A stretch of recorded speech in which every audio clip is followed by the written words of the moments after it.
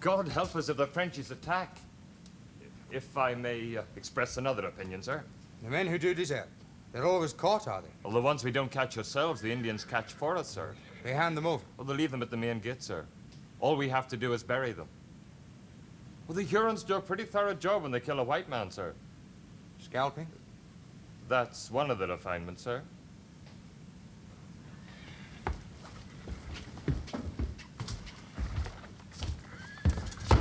Relax, man, before you break yourself in two. I've put you in charge of the execution party this morning, Grant. I've been so informed, sir. The choice was deliberate. I hope it may shake you out of your lethargy. I'm sorry if the manner in which I've conducted my duties since I arrived has not been to your satisfaction, sir. But I find it very difficult to get acclimatized. Oh, pining for Scotland, eh? My dear fellow, you'll never get Scotland out of your blood, not if you live to be as old as Methuselah. By God, I've been trying to do it since before you were born. The thought's always there. It follows you around, no matter where you roam. I can believe that, sir. You've got a sweetheart in Scotland. There is someone I'm rather fond of, sir. And you're worried you might never see her again. Oh, it's not that, sir. What then? I'm not sure if she returns my feelings. Huh. You mean she is not sure? Well, no, sir. I haven't asked her. There are certain difficulties. What? Well, for one thing, sir, I'm not sure if her father would consider me a suitable son-in-law. Oh, he doesn't approve of the army. Oh, he certainly approves of the army, sir. It's just that my father was killed at Culloden. As a younger son, I have very little to offer her. Sir. Yes, Sergeant. Dispatched from Fort Edward by night runner, sir. So I presume just that the dispatches are not usually kept till dawn. All No, right, sir. Sergeant. Sir. All right. Good God. Colonel? Grant. My daughters are at Fort Edward. Your daughter, sir? This is Cora's doing, my elder daughter. Yes, sir. And I thought them in New York and never a word. They come here, sir? Within the day. No doubt they are taking horse right now. Do you think it's safe for them to come here, sir? No, but since it's Cora's spirit that leads them, I shall not thwart it. Grant, I shall dine with my daughters tonight.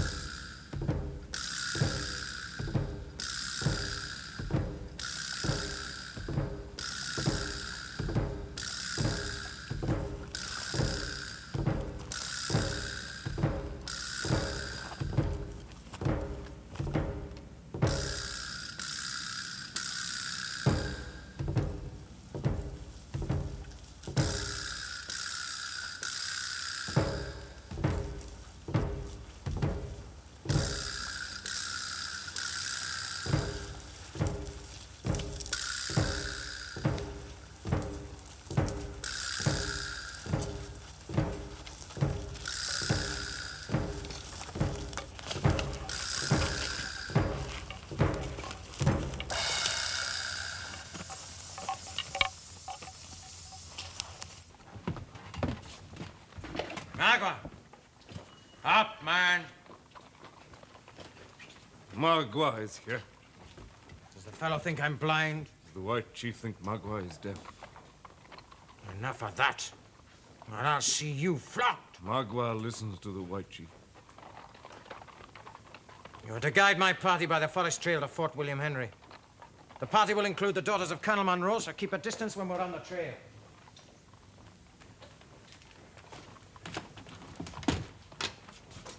Thank you, General Webb. You still insist on going? My sister and I have already travelled 3,000 miles to see our father. We're not going to turn back now, General. You did say it was only 5 leagues to the fort, General. Yes, Miss Alice. Your intelligence has brought you information which makes our journey more hazardous. No, Miss Munro. Just that I've had more time to think it over. Your concern for our safety will not be forgotten. Oh, your kindness. I hate to impose on it still more, but may we not, after all, go by the faster road? Miss Munro, I have already explained to you. The wagon road is a known military objective. I cannot allow civilians to travel along a road that might be the object of hostile action. Very well. We will go by the forest trail. Sir, ready to proceed. Very good, Hayward. Your baggage will be dispatched later. I bid you a very safe journey, ladies. Thank you, General Webb. Goodbye, General.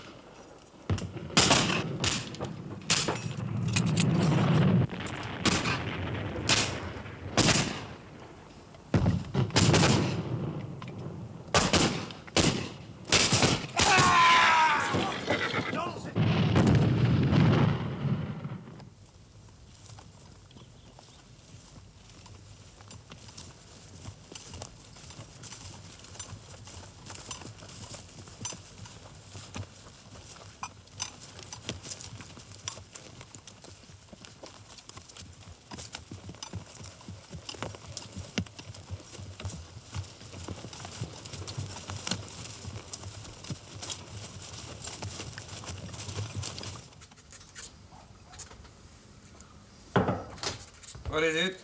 Indian runner from Fort William Henry, sir, with instructions to give his dispatch to the commanding officer and to no other. No doubt Colonel Munro fears the dispatch will get no further than me, sir. Oh, very well. Bring the creature in. In!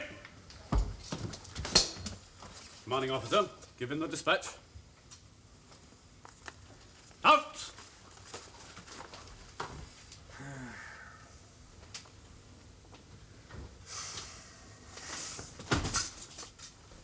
Do you believe that?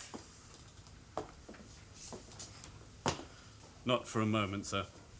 Montcalm and 5,000 men. Colonel Munro counts trees and puts a Frenchman or a Huron behind each. Still, he's not deluded. He has seen an enemy force. But 5,000? I've never known an Indian scout who could count 5,000. I'm satisfied that Montcalm has sent a reconnaissance in force. But I'm not convinced that he means to lay siege to Fort William Henry. There was no mention of guns, sir. Quite.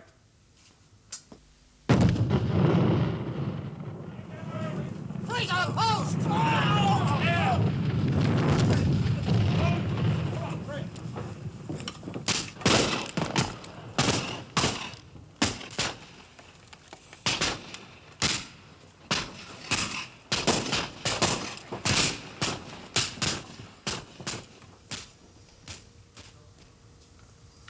A token reinforcement should serve our purpose. Montcalm's scouts are bound to report it. They're sure to lie between here and the lake. A reinforcement will discourage Montcalm's staff from developing a trivial deployment into a full-scale assault. Of course, sir. Send 1,500 riflemen by the wagon road. Yes, sir. Oh, sir, the back trail, Colonel Munro's daughters. Good God, Montcalm won't send infantry into that country. But he might send Huron scouts, sir. He's hardly likely to scout the back trail until he's reduced Fort William Henry. True. And if the approaches to the fort are in any way compromised, Major Hayward will turn back. Yes, sir. The responsibility is Major Hayward's, sir.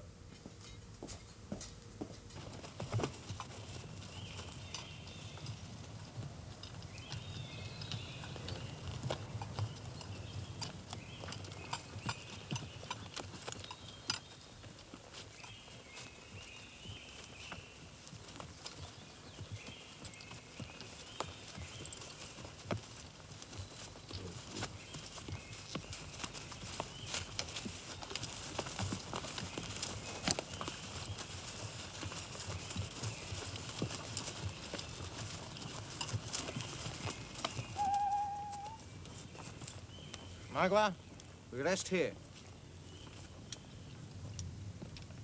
Don't worry, ma'am. He may look as fierce as his Huron brothers, but your father has tamed him.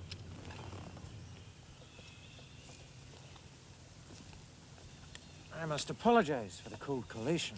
I'm ready to do justice to any collation, Major. I fully expected to fast until we dined with Father. If this is campaigning in the Americas, I shall not complain. Nevertheless, I should like you to have seen how we live off the country. There's a great deal of satisfaction in shooting your own dinner. We pass many deer or will pass by them. I should like to have shot for the pot. You shoot, Miss Munro. Indeed, she does. Really? Your father's daughter. You've used a musket. I have done better. I have used a rifle. I think I see you as a huntress. Diana of the deer forest, perhaps. But I cannot think that you hunt, Miss Alice. No more do I. I have shot only at a fixed mark. After all, a rifle is hardly a weapon of war. For the woodsman, yes, for shooting at a mark. But the musket serves for shooting into the brown. Advancing infantry. Be you a marksman or not, if you're well drilled and steady withal, you'll break that line as a groin breaks a wave. And then you will charge with bayonets fixed and the field is yours. Something of the sort.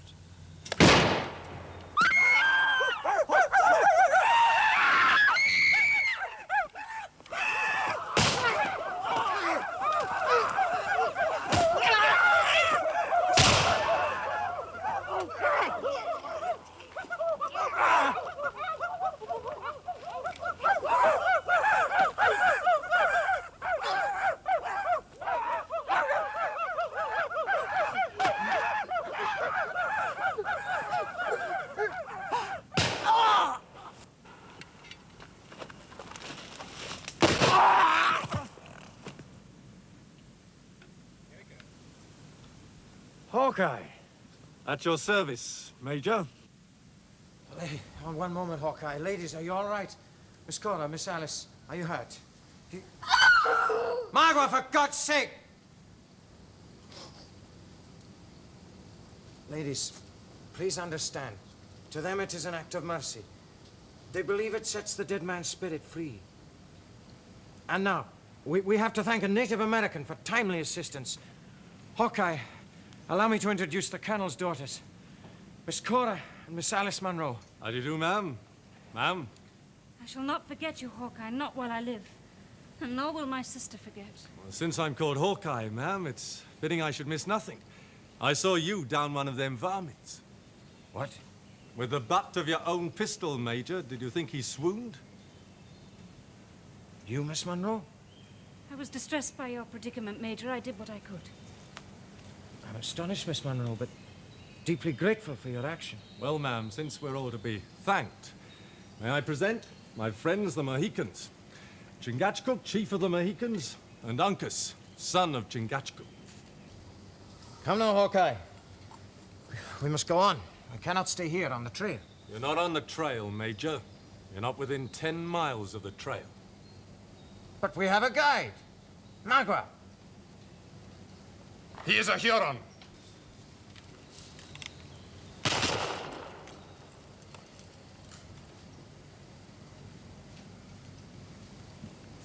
He's lived with the whites for years. Waiting for his chance.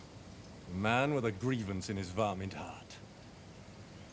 We'll see him again before the night's over. And he won't be alone. I know but one place where we can make a stand. But it means making a forced march up the river. Very well, Hawkeye. Your Indians will escort us. Praises of my God shall still Samadis! On his war, sniffing the battle afar off. employ. Greetings, friends. What the devil are you doing here, man? I'm on my way to Fort William Henry, Major, to instruct the provincial troops in Samedi. On whose orders? On the orders of Providence, Major. Well, Providence had better order you back to Fort Edward. Major, we all travel the same road. Let us be of one company. Oh, very well. No doubt the Colonel will welcome the Psalms, but not as he will welcome his daughters.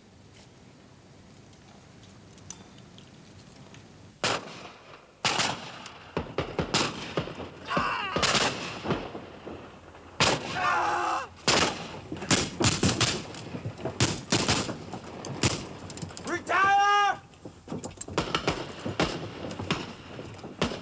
Forward! Aim! Fire! Freeze up! Hold! Come on, Fred.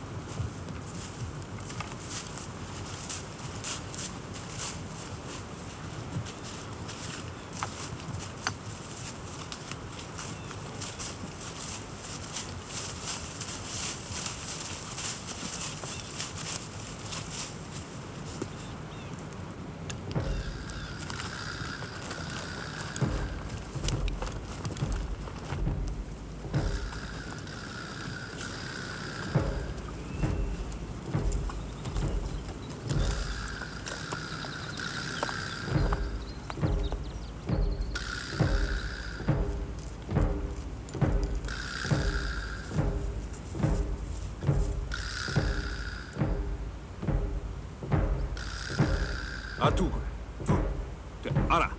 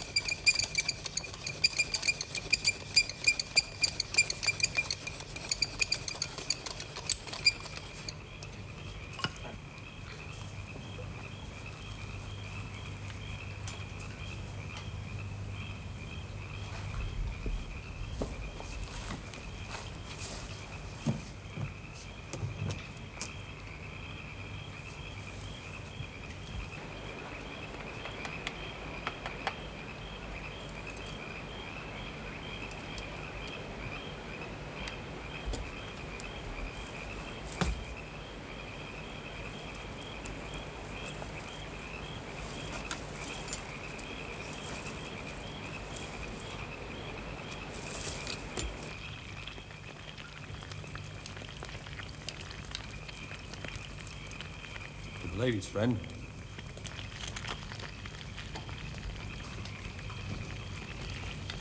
Doesn't he know his manners? Mr. Jones, among the Indians, the squaws wait.